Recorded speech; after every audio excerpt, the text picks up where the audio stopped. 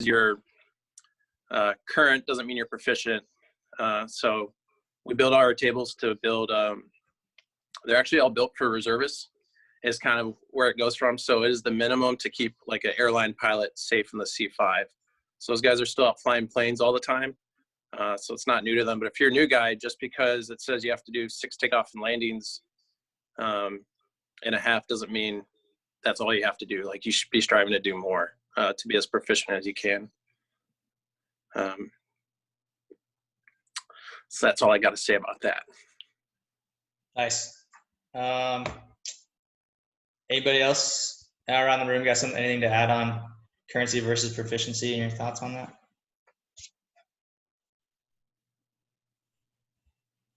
No takers? Okay. This is Ken Sawyers. I was going to say that, you can do the bare minimum to stay current in these times, get your 1-1-1, but you really can't ever do the bare minimum to stay proficient.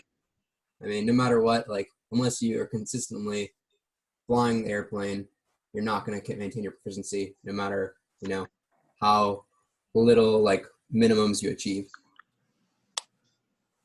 So that's just unfortunately the way it is, But so it's always better to be proficient than it is to be current, I would say.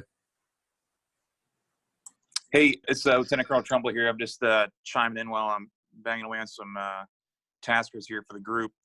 But I just want to just piggyback on what Major Rabe just talked to. So if you want to think of it, I think we've already touched on the safety piece for the RTM, right, on currency. If you want to think of proficiency, and this is individually based, right, and I talk to the ADOs and aircraft commanders and instructor pilots when they come back from missions and locals on this, proficiency is a measure of effectiveness. And each person can be current on a crew, and I think you've seen some individuals that may be current and good to go on the go, no go, but are less than effective.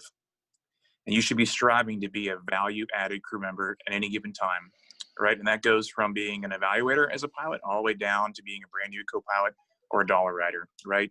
And it's very apparent, right? From dollar rides to the first few missions, when you come from Kelly or you come from a cross flow, who's done their homework, right? And who hasn't when they show up for their dollar ride and those few rides after that. And I don't say that to spook or kind of stress anyone out, but it's just indicative of our high caliber of individuals we have in the C5 and also the complexity of the mission and the jet. So I just want to just throw that out there is think of effectiveness and proficiency tied together. I want to keep it simply at that. Okay. Thanks, guys. Keep on going. Nice. Thanks. Sorry, go ahead, Drew. Yeah, if you don't mind, I was just going to chime in a little bit too on currency and proficiency. As you're looking at the crews that are being built right now, especially when we get just slammed into a corner where training becomes really difficult, if you're watching the crews get built, kind of to re-echo what Colonel Trumbull said, some of the most effective crew members are being put onto those crews right now because that's our way of buying down risk. So you're seeing crews built with like highly experienced, highly current, as much as possible. And then from that end, we're kind of trying to get a little bit of training back in there as well. But I think that's should be motivation for everybody to, to be the best crew members that you can be, like get that AR qual, become an instructor pilot, strive to be the best, the most qualified, the most respected crew member, because then you'll get to do things that you love, like flying. The minute that you kind of slack off, aren't studying, aren't credible in the jet, you'll start to see, you won't have those opportunities in the jet to do what you really enjoy. So I think moments like this kind of remind me why, like, I need to bust out my checklist today and probably sit down and chair fly a pattern, because like I haven't touched the jet in several weeks. I'm a little bit jealous of, I saw the C5 flying a couple days ago. It was like right over my house. I was a little jealous of the guys and gals who got a chance to slip the Surly bonds. But for those of us who don't have a chance to fly right now, like stay in the books. Obviously CT is good, but that mental chair flying process is a way to help kind of mitigate that loss of currency, the lack of proficiency, and building that mental map of, just how to fly an airplane right now. I also think this is a good time to, like, I wish we had leveraged technology a little bit better to prepare ourselves for this. Because my FAPE brain is always going off, like, how could we be training better right now? And I wish we had. I wish I could just watch a video, like a GoPro video of somebody flying right now, and seeing the pattern pacing and watching watching our television screens of the instruments moving around, just because that would make us, it would at least mitigate some of that loss of proficiency right now. So that's my 2 bits. Sweet. Thanks, man. Rob Rogers, you got your hand raised. What's up? I did. I think when sims and locals do come back online, I would encourage, everybody, but especially FPs, and this is a thought I've been having since can't really do sims, obviously, in locals right now. But especially as an IP on a local, I think it's great when FPs come, prepared and are looking at, to maximize and try to do a full proficiency sortie. Oftentimes, and I do this too, at locals, especially before becoming an IP, you'd show up and be like, oh, I just need a 1-1-1. I don't care if I get anything else. I mean, I know it's not that people don't care, but I think we're all just kind of trying to be polite and saying like, hey, this is the minimum I need. But, come prepared and try to get, if there's time to do extra approaches, try to get as much as you can, because we have a full 4-hour training sortie, at times. And I feel like sometimes we're either trying to, if nobody else wants anything, I guess maybe we'll either look at cutting it short or whatnot. That's kind of the thought process. And with sims, like the group refresher sims 1, on day 1, I think, it was cut about 30 minutes short. We had 30 minutes extra in that sim. And so it's like, oh man, but how many of us are taking or are looking to do other things to kind of fill that up?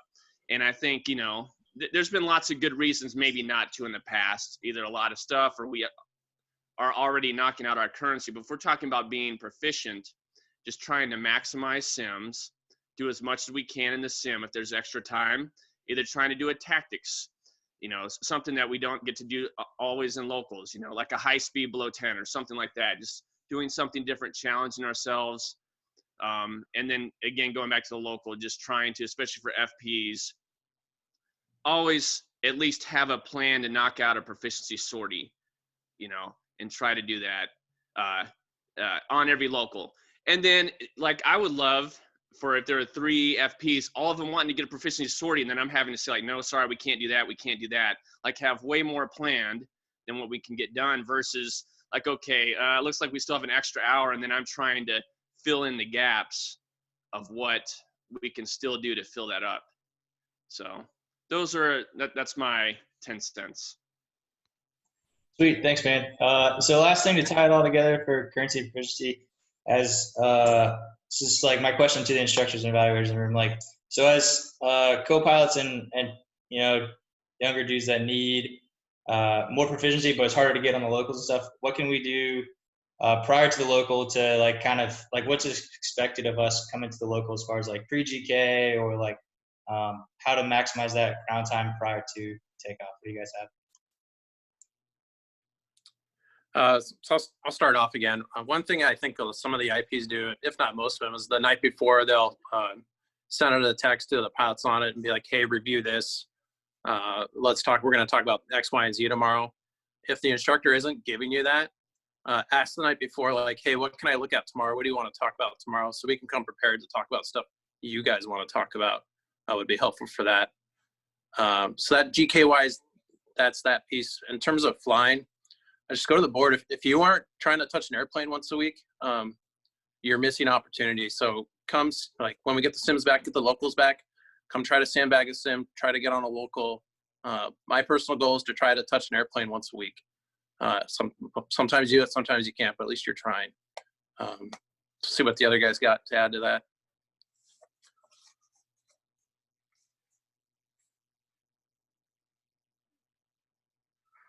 All right, I'll keep talking. If the scheduler calls you and asks for a favor, try to say yes if you can. Like sometimes it sucks. We all go there. We've all had that Friday night sim. We've all had that Saturday morning sim.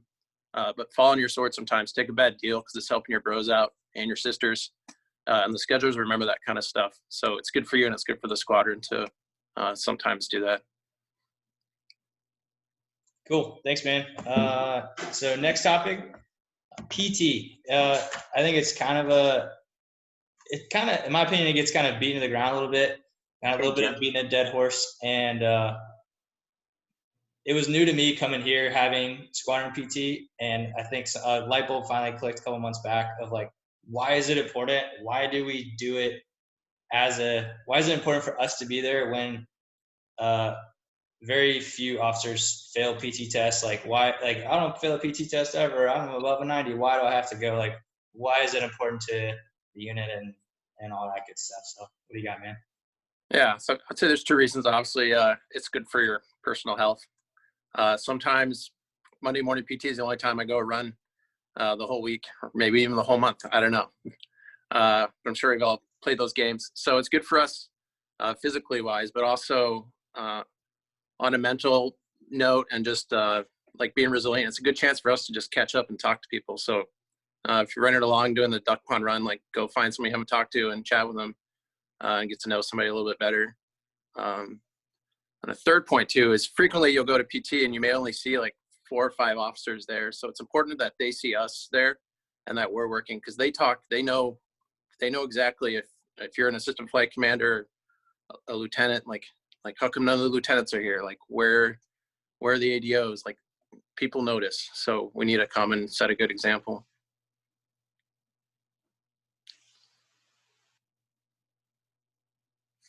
I'll chime in real quick. Yeah.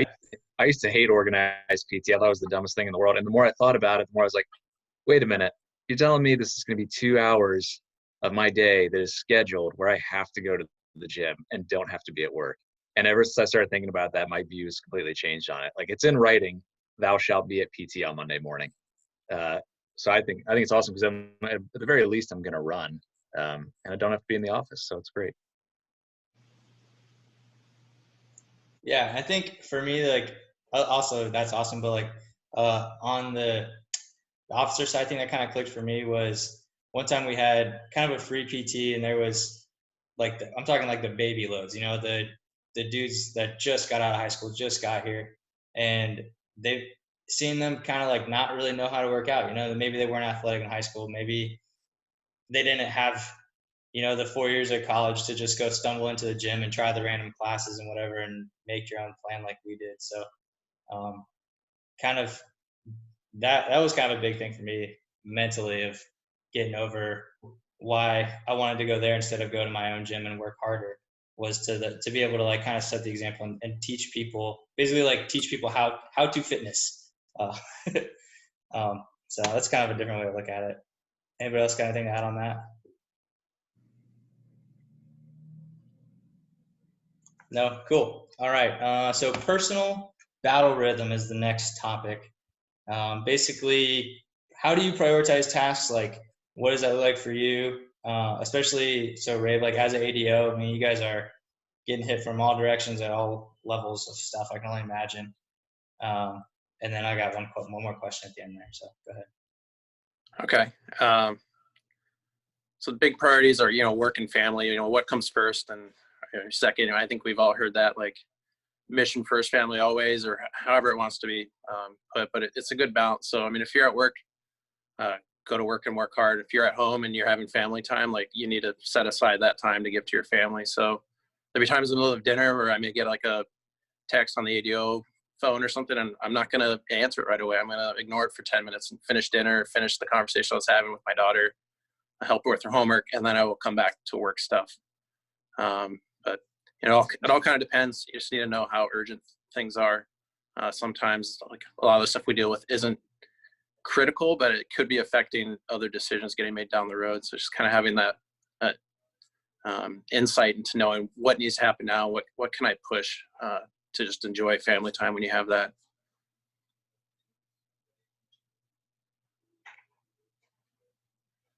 What else? That was like a 6-part question. What else did I miss? Yeah, that was like classic White House press conference question. Sorry, man. Yeah, so like I guess kind of being an ADO and seeing how things are working at the higher ops level, like how does that affect? Did your decision making and prioritization kind of change once you got to see, what ops is like up there? Yeah, it changed a little bit. I mean, it's nice coming to work and all I do and think about is worry about missions and flying. So it's nice. I mean, I've done time on awards and decks, worked for the wing commander, like doing queepy stuff. It's really just knowing the difference and when stuff needs to happen now and when does it not. What's anyone else got? I feel like I'm. One thing that what I wrote down from Major or Colonel Kramer's thing was he said, react to why, not what, and understand the how. And I feel like that's kind of a really good sentence on how to prioritize the stuff and kind of what fires to put out first. Yeah. I mean, if you log in your email, like you can keep yourself busy all day long, every day. So it's really like, I used to take a lot of work home. I've kind of pulled back on that. Like if I'm at work, I work hard. I frequently work through lunch. I'd rather do work here than go home and have home time. So it's a tough balance to work in. Somebody's always needing something from you. So just knowing when to say yes, that's important, and things that can wait. Cool. Yeah, Drew, what do you have? Just kind of to re-echo what Roger was saying, I think like when you're looking at prioritizing tasks, you should kind of have your moral compass, like what makes you fulfilled. What are your top three? You know, maybe it's faith, family, the Air Force. You hear that is kind of like a common mantra between a lot of people. And I think if you can fit whatever you need to do, all your tasks into those bits, that kind of at least gets me going in the morning. And I don't necessarily believe in balance. Like I don't know if you can like balance work and life. I do my best personally to have boundaries. So like when I commute home, like I do my best to like leave work at work and then be fully present when I'm home. So that way I'm not, and that's impossible with this damn thing that's like slacking me and Mattermosting me all the time. And I'm on call. Like I realize as a flight commander, like you're going to have to put a fire out at 2 a.m. when somebody's messed up on the road.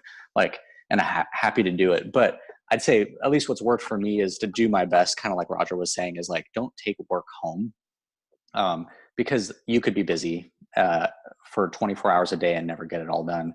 And so when I'm looking at my work tasks, I try to think what's important to my boss. Like he's the commander. He has his priorities, his vision, his mission. What's important to him? And then how do my decisions, how do my tasks fit into that? If it's a side project and nice to do, it's going to go down on the priority list. If it's important to the commander, then that's my number one priority. And I think that makes for a really effective running squadron. And then kind of know your role in the organization as a flight commander.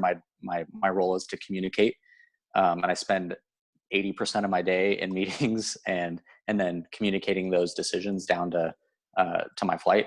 And then not only communicate, but the number two thing, or probably the number one thing that you do as a flight commander, is make decisions. And so kind of know your role in the organizations. Is my job as a flight commander to communicate and make decisions, or is my role in the organization to be the worker bee to get stuff done? And that to me also helps prioritize the tasks, because like I've been a worker bee and sometimes it's easier for me to just go in there and do it.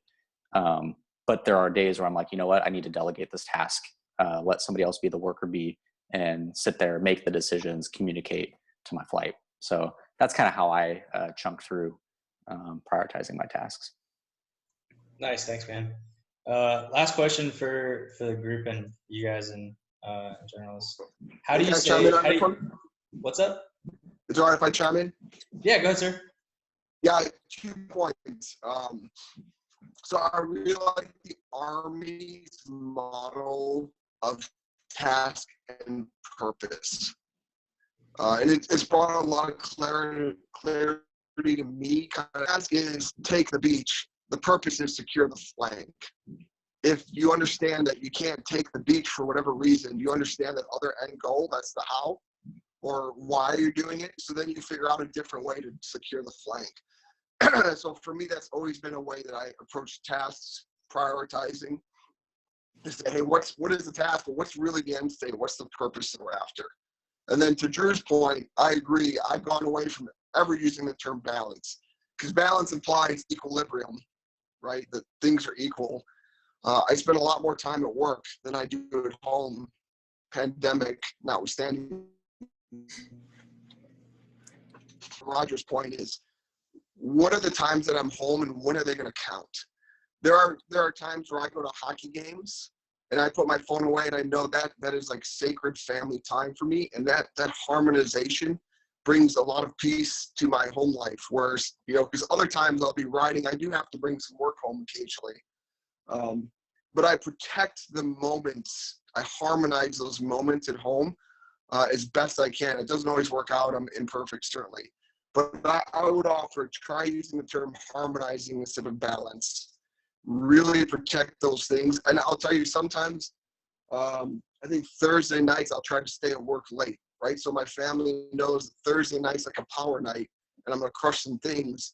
And other nights I'm going to make it for hockey practice every time, right? So those are just some techniques. Of course, you'll have a crisis that throws it all off, but dog. Nice, thanks, sir. And my question for you, sir, and Rabe in general as well, is how do you guys tactfully say no? And everybody thinks their thing's important. How do you tell them, like, no, I'm not going to do it, or hey, it's going to be a long time, without sounding like a jerk? So I think the best way is to be honest. Like if you have problems, like say your wife's working and like no one's there to watch the kiddo, like be honest and let us know up front. Don't say like maybe and give us a wishy-washy answer. Like just really just give it to us straight, black and white. And most of the time we can understand that, know where you're coming from, and try to work out. Now if that's the same thing like 4 or 5 times over, where we call and we're looking for help and it's the same thing over and over, then we need to have a different discussion. But please be honest. Please let us know. We're going to work with you the best we can to get your stuff done and to harmonize your family life, whatever else you got going on with the mission. Cool. Thanks, man. All right. Next topic, second to last one. I'm sure this is a pretty good one for like ADOs, scheduler types in general, but being present. How do I be available to fly, but not be annoying and loiter at the desk and such?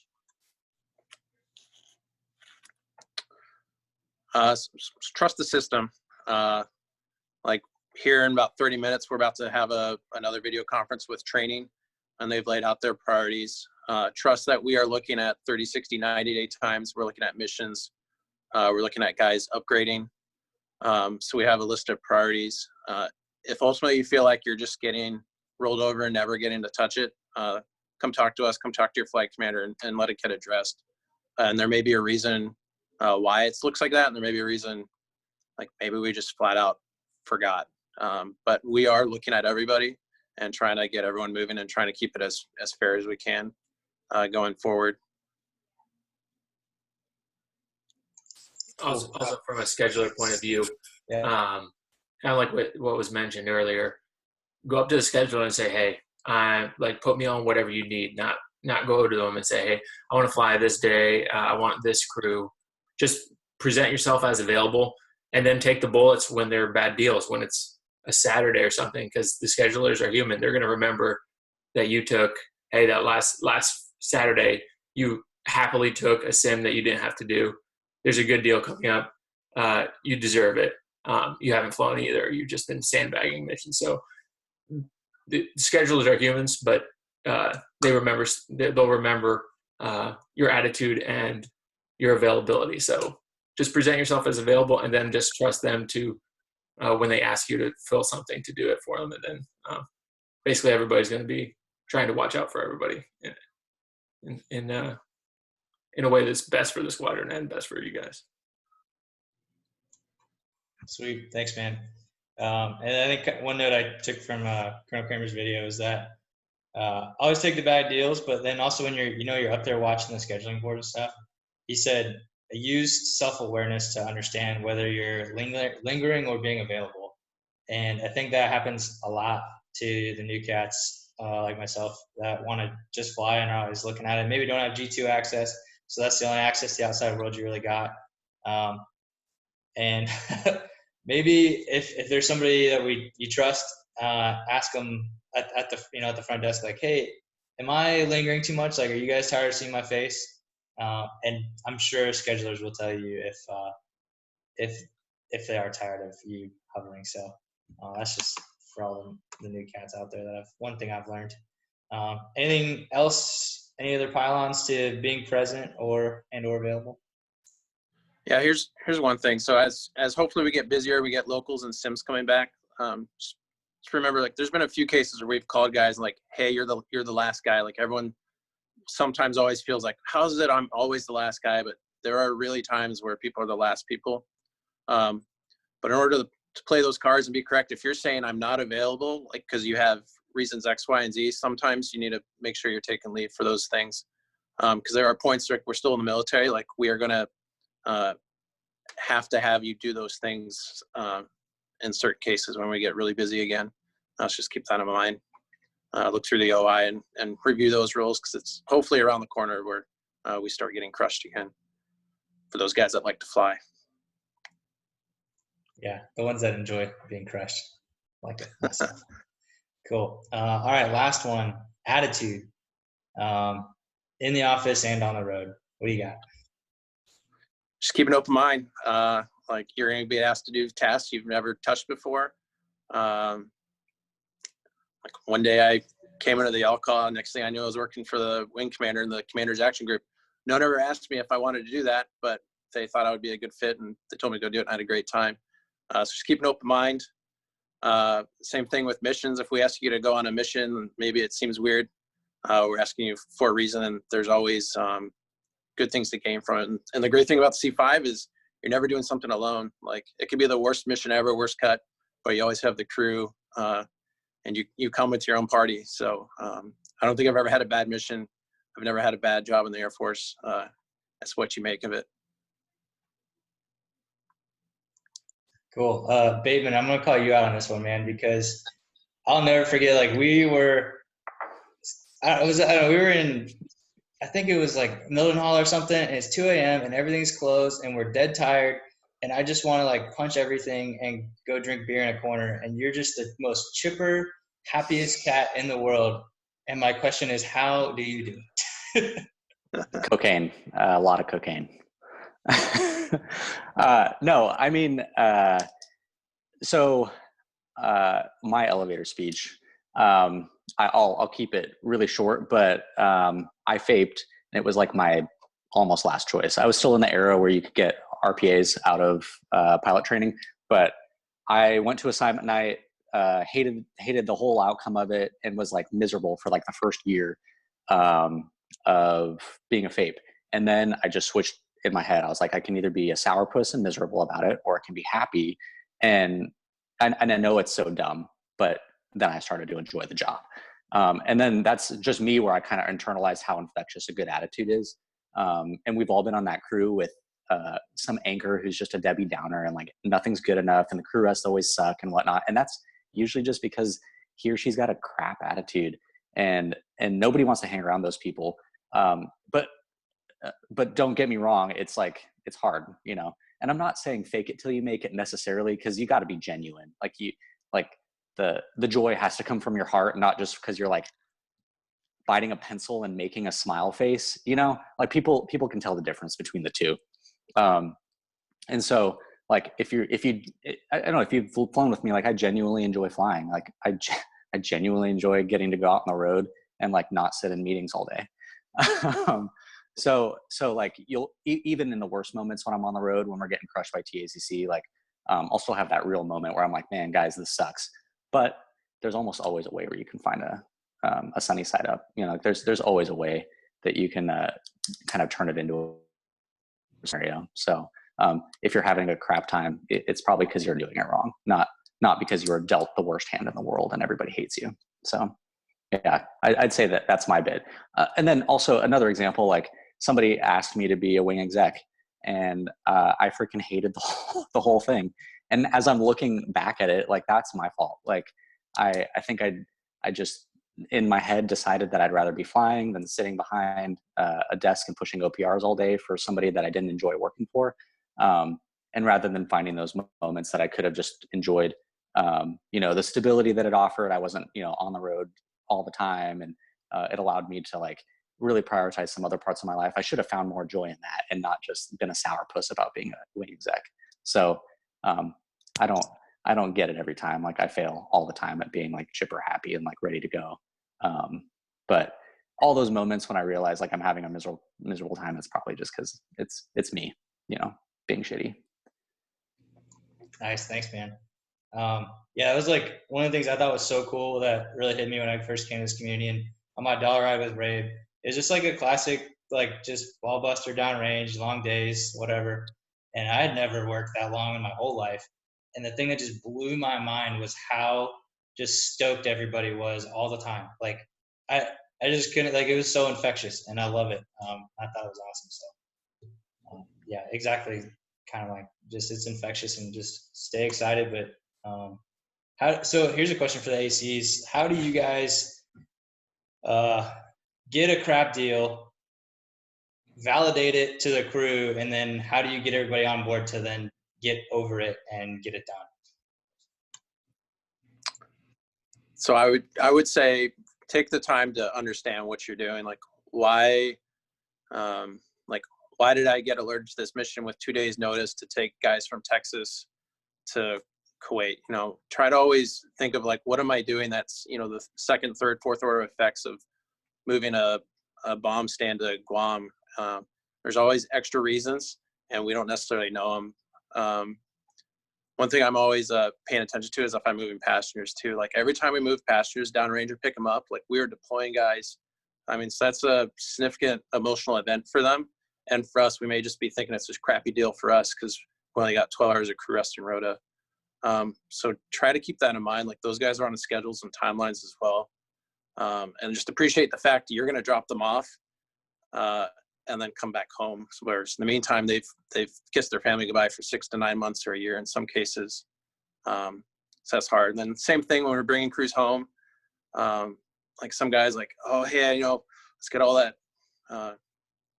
crew enhancement, crew rest in Ramstein and take an extra day and drag your feet. Well, those guys are waiting to get home too, to see their family. So try to paint those pictures as you see them. If you're getting like what may be viewed as bad deals and sell that to their crew. And I think everyone will support what's going on. Nice. Go ahead, Drew. I like 100% agree with that. I think the C5 produces phenomenal leaders because not only are you managing a gigantic crew of officers enlisted, but you've got a ton of passengers and a lot of agencies that you have to interact with. And I think the aircraft commanders that do it well, one, they're the ones who probably have made plenty of mistakes and done it wrong a lot of times and kind of learned their lesson. But like Roger said, the why is super important. And the more you can articulate that to your crew is the way you're going to get buy-in. And the why is a lot of work as an aircraft commander. It means you're going to have to step away from like loading the secrets or double checking the CFP. You're going to have to make some phone calls, talk to some people. And that starts like before the mission even starts, like what cargo am I taking? The why behind it is going to help you explain all those tough situations to your crew. And the why kind of helps build a lot of empathy with whether it be your cargo, your passengers, or your crew. And the more empathetic you can be in those situations, that's the way you're going to find buy-in for some of those tough calls. At the end of the day, like your job as an aircraft commander is to move the mission. And good aircraft commanders move a mission very effectively, but they don't do that at the expense of just dragging the crew behind them through the mud. They find the why, they articulate that to their crew, and then you'll find that you've got 13 guys and gals right behind you helping push this mission through. And it's not going to feel like a lot of work for the aircraft commander. Nice. Nick, you got your hand up. What's up, dude? Yeah. Sorry, Joey. I'll get you next. I used to get very frustrated when we'd be flying around $60,000 of age to and from the same place we've been taking it for years. And I often wondered that exact question, why? So it's not exactly about that cargo at that point in time. It's about maintaining our readiness to do things like we did at the start of the year, where, hey, flip a switch, we might be going to World War III, now we need all this airlift.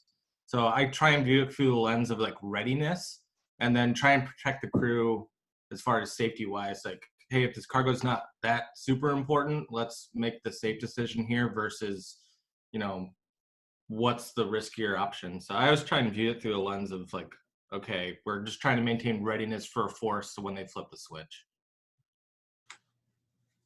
Nice, thanks. Joe, I think you had something. What's up?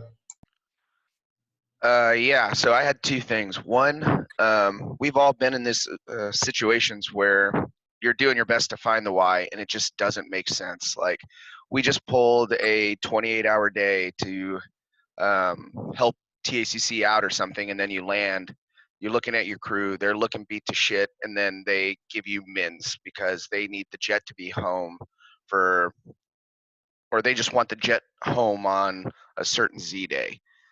Yeah, there's always a bigger picture, but sometimes you have to look at your crew and put your foot down and take a stand, fall on your sword, whatever you want to call it, and say no. Um, when your crew knows that you're looking out for you, they will take the shittiest deals and make the best shit sandwich for you, as long as they know that you have their back. Um, and and two, you can't always just be this beaming light of positivity, right? That's not always gonna be what the crew needs. Sometimes you have to let your crew bitch about something. You don't always have to participate in it, but sometimes they just have things that they want to talk about. Let them talk about it on interphone when you're at cruise. You don't have to interject and be like, well, guys, it is what it is, but you just let them bitch sometimes, and that goes a long way. But you don't have to be the person who's in this bitch sesh contributing and making it, like egging them on, but sometimes you just got to let them let it out. So just the other side of the spectrum, if you will. Cool. Thanks, man. Anybody else got anything to add? Quick tip. So has anybody heard the moniker when your team or your crew stops complaining? I won't use another word. Then that's what you need to worry. For me, as an aircraft commander on Fred, if people stop bringing me problems, then I know something has gone wrong. Either they don't trust me anymore to solve them, or they don't think I care.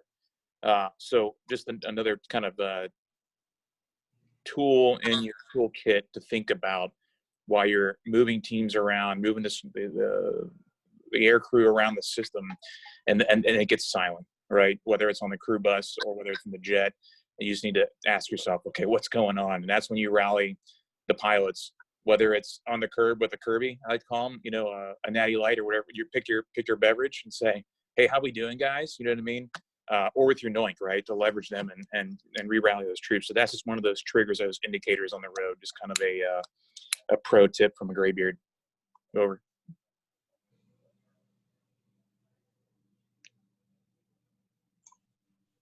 Cool. Thanks, sir. That's it for our last topic. Ray, you got anything to close up with, man? No, I mean, I guess if anyone's got any questions or anything, unless I'm still on your thunder, but I don't have anything else to add. Just keep a good attitude and be honest and upfront with people if you have issues. And I think that goes a long ways for anything that we do, whether it's in the office or flying.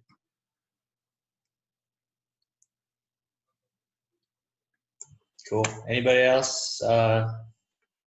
Anything to add for closing remarks? Colonel Pollack, Colonel Trumbull, you guys got anything to throw in there? Trumbull, you got anything? No, I was gonna wait. I was just gonna say thank you. Probably the same words you were just gonna say, but thanks for keeping this machine moving, guys. We're about to start our training priorities meeting here, and we got folks kind of running in and out. We're building those highly effective teams and looking at cycling students in and other pilots. So just stay patient with us. Thanks for staying connected, guys. Stay healthy. That's so important because knock on wood, we have yet to lose a hard crew, and I'm sure you've heard from buddies in the system that some squadrons are looking at marginal effectiveness.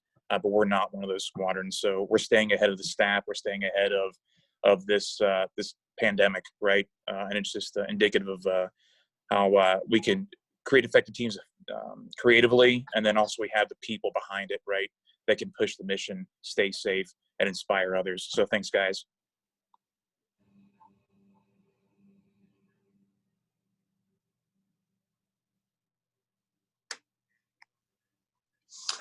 Yeah, I was just going to echo that. Big thanks. I enjoy officer development. I think it's critical.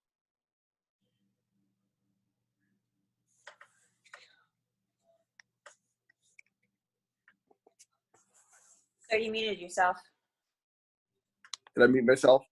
Yeah, I was just saying thanks because I personally love our officer development sessions, and I think you guys are doing incredible work taking it to the next level digitally. Officer development gives me energy, and I think it gives you guys an ability to kind of think and reflect.